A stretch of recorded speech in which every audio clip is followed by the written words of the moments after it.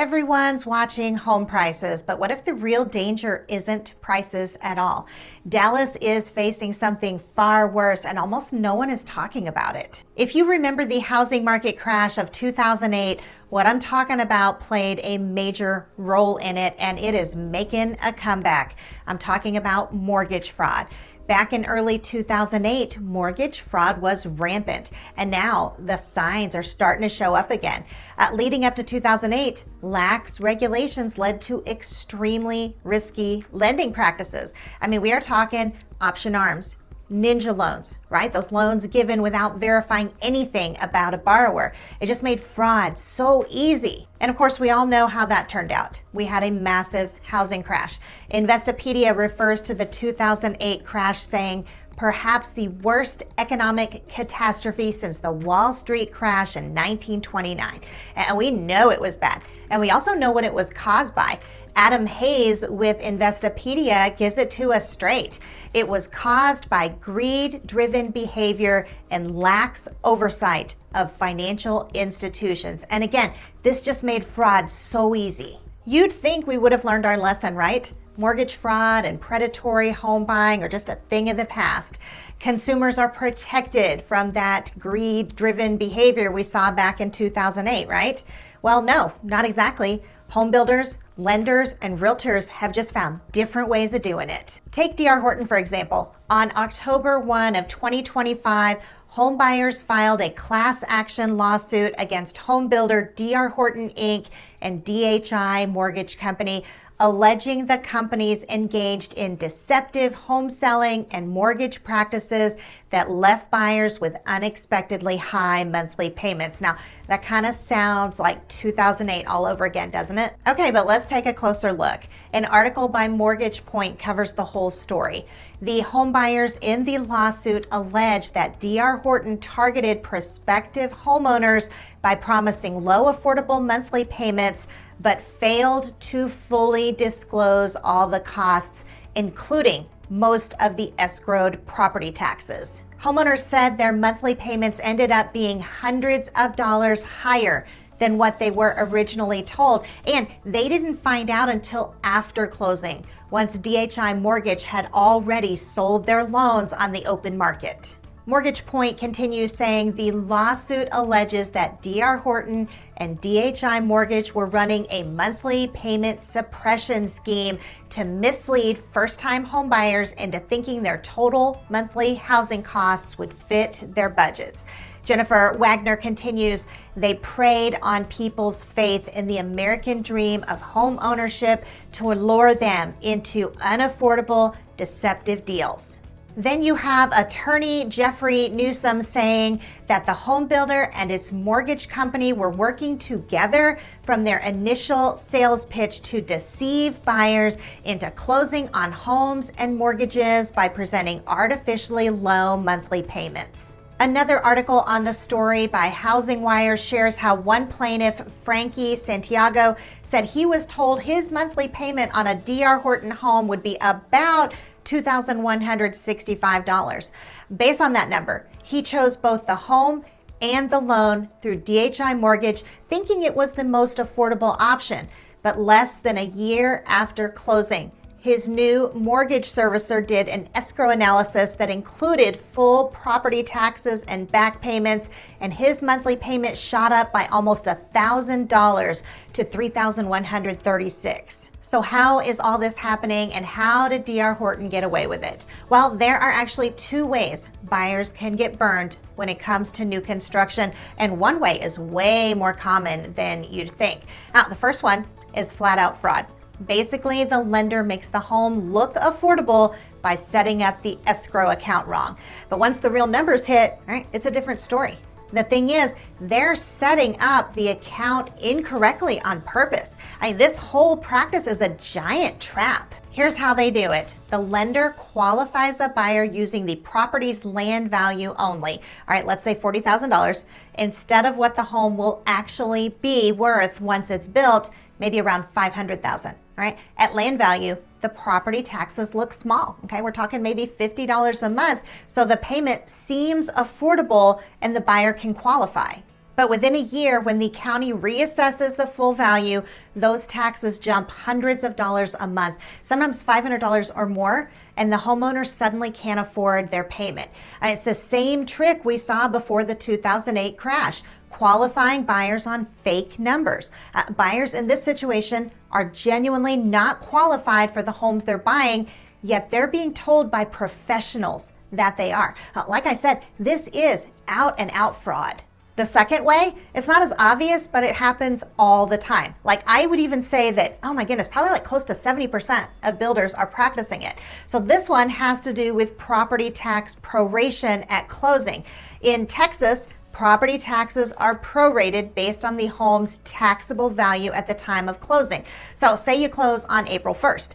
The builder will pay the taxes for those first 3 months of the year, and then you'll pay the rest. Now, the issue here is that with new construction, that value is often still just the land. So when the builder sells you the home, their share of property taxes is pretty small because it's based on land value only, not the finished home. All right, so here's how this looks in real numbers. I mean, let's just say your home's land value is $50,000 and the total annual taxes on that amount are about $1,593.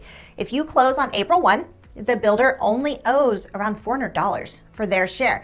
But once the county reassesses your home at $1 million, the new tax bill jumps to about $31,865, and you are now responsible for almost all of it. The builder should have paid closer to $8,000, but he didn't. And this isn't a mistake, okay? Builders know this happens. Like, why else would almost all of them create a clause in their contract stating that proration is final? And it is basically another way for them to pad in profit. Now, some builders are better than others and will agree to re-prorate the taxes after closing, but most of them won't. And so the result, all right, you start your first year of home ownership already thousands of dollars short. Like in the example above, you would have an $8,000 escrow shortage. So even if your mortgage company allowed you to pay that back over a year, your mortgage payment still just went up by $667 a month for the next 12 months. Think about the impact of both of these scenarios. You just bought a home. Your escrow is now short. Your taxes have gone up. Your payment just dropped $500 or more, and you were never qualified for that higher amount in the first place. All right, so does that sound familiar? All right, because that is the same kind of payment shock that started the domino effect in 2008. Okay, let's talk about another type of mortgage fraud now.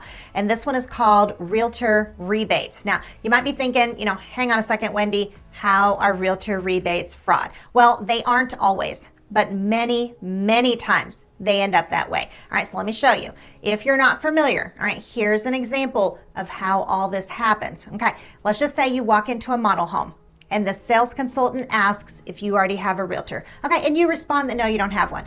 So what some of them do is they will offer you a stand-in as a way for you to get what would have been the realtor's commission rebated back to you instead. So I know, sounds like a nice little profit loophole. All right, but let's dig in a little deeper because this is probably one of the biggest traps buyers fall into without realizing it. Oftentimes, the most financially intelligent buyers are the ones who fall into this trap too.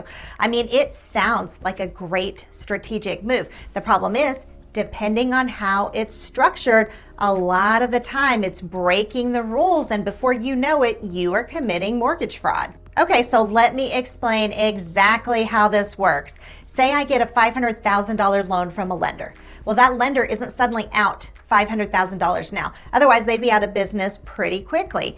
Instead, we have some government-sponsored enterprises called Fannie Mae and Freddie Mac to make sure this doesn't happen. The FDIC describes them this way. They provide liquidity to the mortgage market by buying loans conforming to certain standards, thus enabling lenders to make new loans with the proceeds from the sale. So don't miss that little section where it says conforming to certain standards, okay? Because this is how the trap happens. How much money you can get from what we call interested parties is capped based on how much your down payment is. And guess what? Both the seller, builder, and the realtor are what Fannie Mae calls interested parties.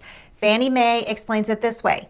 Interested parties to a transaction include, but are not limited to, the property seller, the builder or developer, the real estate agent or broker. So if your loan cap is 3%, the builder cannot give you a 3% realtor commission as a rebate and another 3% from the builder seller. In other words, the realtor rebate loophole you thought you found doesn't actually exist. So think about the other factors that come into effect here. If you are capped at how much you can accept from the builder, now the builder can't pay anything towards your closing costs. If you're accepting a realtor rebate, the acceptable amount is already maxed out if you follow the rules. And here's the thing, builders would rather work with just a buyer than also a realtor. A good realtor knows how the games are played, and they don't let builders get away with things like hiking prices and then doing massive discounts. I mean, think about how much money a realtor with strong negotiating skills can save you. Most of the time, when a buyer goes in without representation, the builder's gonna end up making greater profit. So the builder benefits from this realtor rebate trap, and the next thing you know, buyers think that not only do they not need a realtor, but they can even get the realtor's commission if they don't hire one. Little do the buyers know that they're not actually getting any more money than they already would have.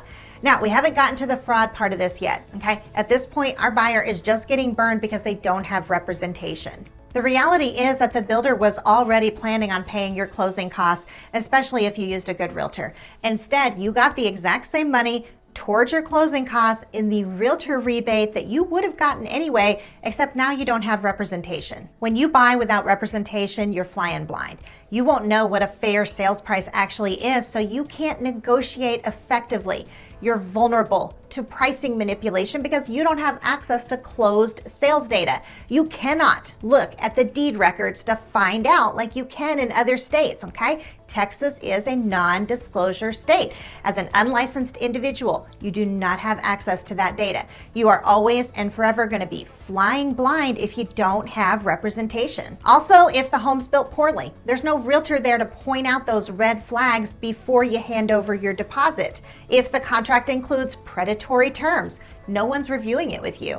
You might not even realize you're overpaying in closing costs because you don't know what's normal or what to look for. Those are situations no buyer should ever have to deal with, but unfortunately they happen pretty often. Now, so far, I've just told you how realtor rebates put you at a massive disadvantage. But let's go ahead now and dig into where this becomes mortgage fraud that you could actually go to jail for.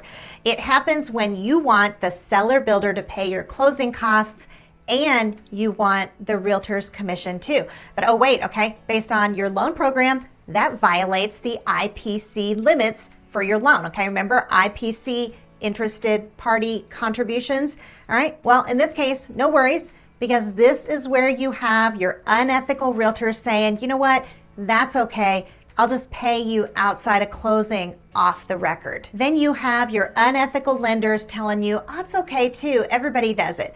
I mean, think about it. You have a lot of hungry realtors and lenders right now. Okay, this is a tough market. So if it takes telling you mortgage fraud isn't mortgage fraud for them to turn a dime, well, I mean, let's just say we're back to 2008 all over again, okay? Because remember, what was 2008 caused by? Greed-driven behavior and lax oversight. Now, I mentioned this same issue in a video a while back, and the commentators were totally indignant that I would say this was unacceptable.